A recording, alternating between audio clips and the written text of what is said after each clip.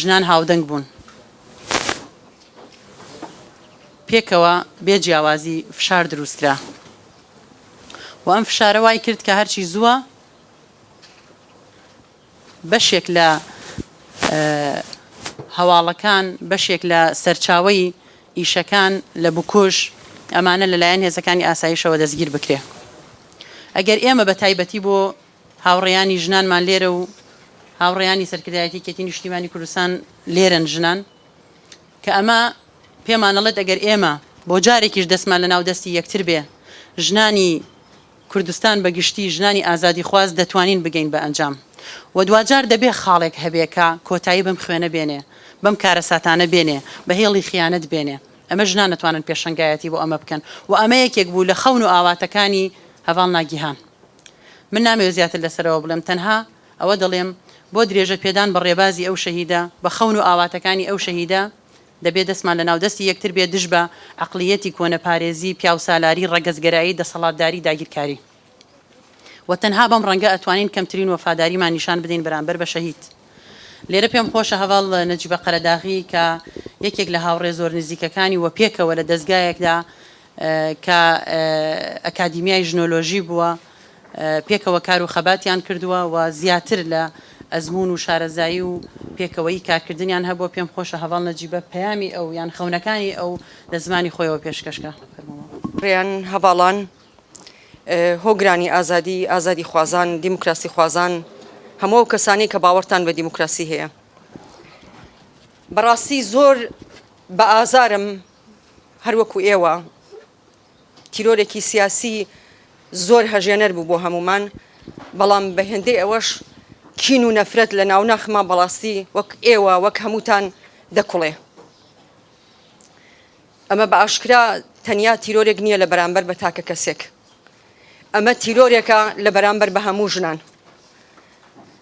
ناگیهان ئاکارسەر لە دوایین وتاریدا دەڵێ کەس ناتوانێ ئەو کەسانە بێدەنگ بکە کە هاواری ژنجیان ئازادی دەکەن.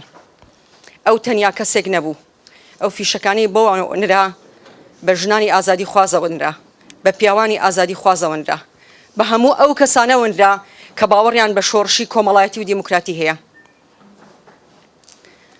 بەڵام بەداخەوە دەبێ ئەوە بڵێین کە کۆمەڵگاکەمان پارێزراو نییە.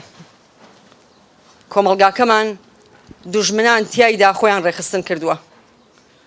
ئەوە ئەرکی ئەخلاقی هەمومانە ئەرکی ئەخلاقی تاک بە تاکی ئەم کۆمەڵگایەیە دەسەڵاتدارانە دەستگاکانی پەیوەندیدار و ئاسایشە کە ئەم قڕێژی و چەپەڵیە لە ناو خۆیان پاک بکاتەوە. ئەگەر لەسەر ئەم خاکە لەکەیەکی ئاوار ڕەش بە کۆمەڵگاکەمانەوە دەندێ دەبێ ئەرکی ئەخلاقی و ویژدانی هەمومانە ئەم لەکەیە پاک بکەینەوە. کۆتایی بەوە بێت کە تیرۆری سیاسی لە بەرامبەر بە کۆمەڵگاکەمان ئەنجام بدرێ. بە تەنیا ئازادی خوازان ئامانج نین تاک بە تاکی ئەم کۆمەڵگایە ئامانجە. من دەمەوێت تەنیا بەو شتانەی کە ناگیهان ئاکارسەل ئامانجی بوو ئەوەتان بۆ ڕوون بکەمەوە. ناگیهان ئاکارسەل لە ژیانی خۆیدا تەنیا و تەنیا ئینسانێک بوو بە قەڵەم بە معریفە دەیویست خود وشیاری بڵاو بکاتەوە. دەیویست یادگایەکی مێژوویی بۆ ئەم کۆمەڵگایە بەرهەم بێنێ بە پرۆژەکانی بە وتارەکانی بە کارەکانی لە هەر چوار پارچەی کوردستان ویستی ئەو یادگایە دروست بکە.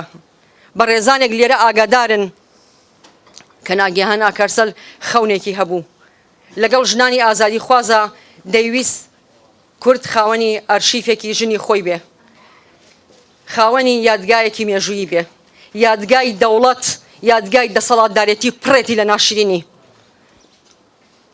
کۆمەڵگەکەمان پێویستی بەو یادگایە هەیە کە ئەم ناشرینیە ئەم چەپەڵی ئەم قڕێژیە پاک بکاتەوە. ئەمە بەرپرسیارەتی هەر کەسێکە هەر کەسێکە کە باوەڕی بە ئازادی هەیە. ناگیهان ئاکارسەل تەنیا و تەنیا بە قەڵەمەکەی و بە معریفەی و بە مێشکی ئەوی شەڕی ئەم ناشرینیانە بکە. بەڵام بۆ ئامانج کردنی بە ئامانج کردنی بە ئامانجی هەموو کۆمەڵگەکەمانە. ئێمە دەزانین زنجیرەیەک تیرۆر لە باشووری کوردستان دەستی پێکردووە، ئەوەی دەتوانێت خاڵ لەسەر ئەم تیرۆرە ناشرینەدا بنێ، ئەم تیرۆرە سیاسیە لە بەرامبەر بە کۆمەڵگاکەمان، تەنیا و تەنیا کۆمەڵگاکەمان خۆیەتی. بۆ ئەوەش بە ئازارم بەڕاستی بە ئێشم بەقەت ئەوەش بنەفرەتم لە بەرامبەر بەو داگیرکاریەکە ئێستا لە بەرامبەر بە عەقڵ و کولتوری ئێمە دەکرێت. داگیرکەران دەیانەوێ ڕۆبشنە ناو هەموو خانەیەکی جەستەی ئێمەوە، هەموو خانەیەکی مێشکی ئێمەوە. ئێمە بۆ خۆمان خاوەنی چین.